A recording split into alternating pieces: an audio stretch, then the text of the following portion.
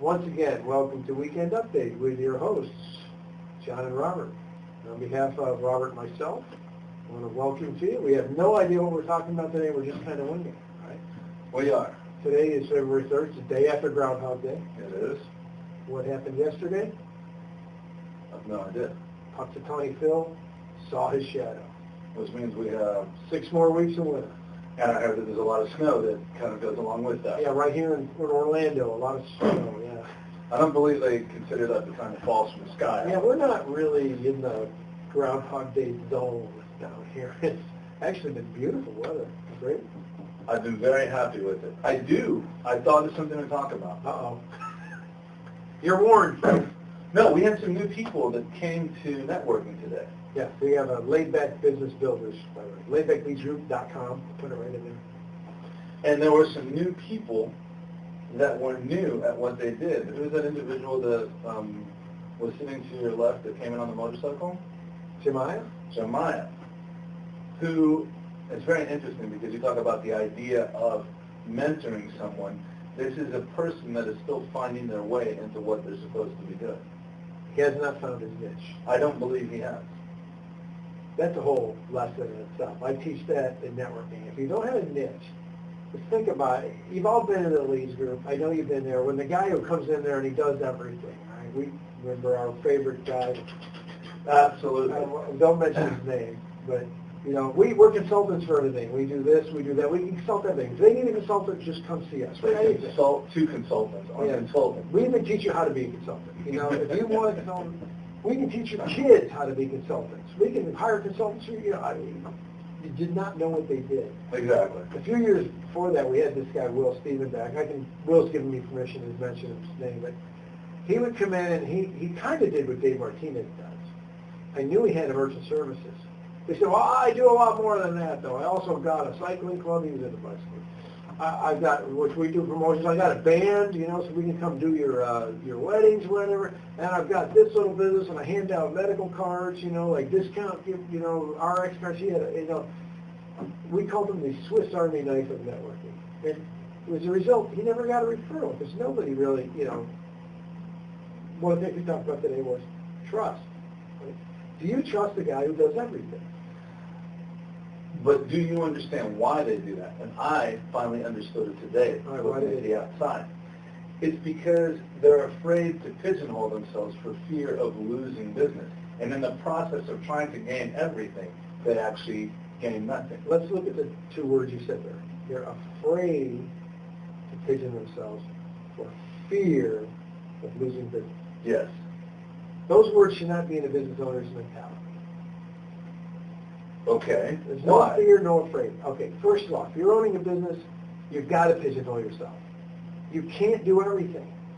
Even if you could do one thing great, suppose you were the best roofer in Florida, which you are, of course. It's true. Can you do every roof? No, although I like to dream that I can. You can't. That's correct.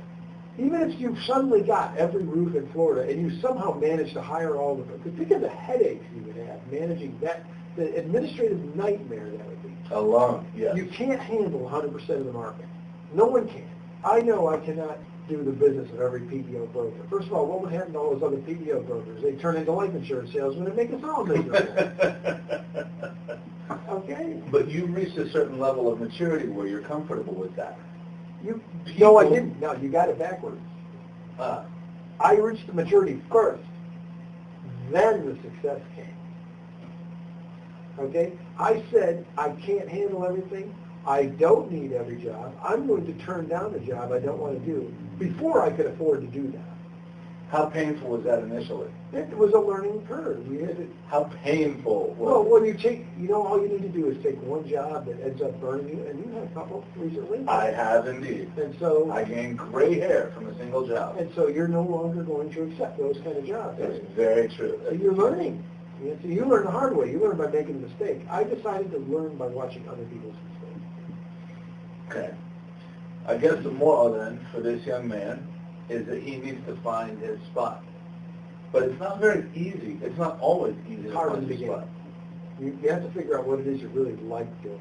Bingo. And what you're good at. Those were the final words that I expressed to him.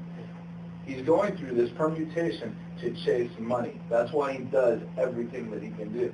And it's a calculation of numbers. It's also a change. It's a mutation. A mutation. No, not a mutation. Oh, all right.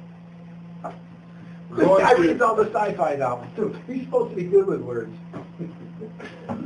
He's making all these changes, and he's doing it so that he can make money, as opposed to finding something that he likes and just doing the one thing. Be the best at what you do, and you will be in demand. Concentrate on that, what you're best at and what you enjoy doing, and then you will find your niche.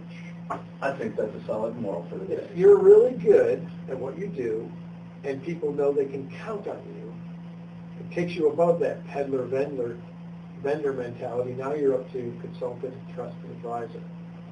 Little Sandler leaking out there, but you know. I don't know if you better edit that part. That's fine out there. You want people to trust you.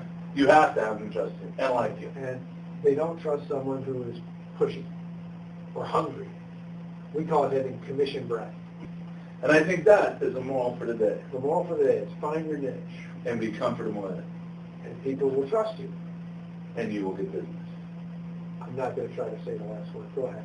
Are you going to do the closeout? I'm going to do that. Okay. Are you done? I'm done. He's done. I am done. So I just want to say, on behalf of Robert and myself, once again, thank you for joining us. And remember to have a great weekend. Have a great weekend. And see you next Thursday. Well, Thursday in particular. Thursday. There's a reason for that. Okay.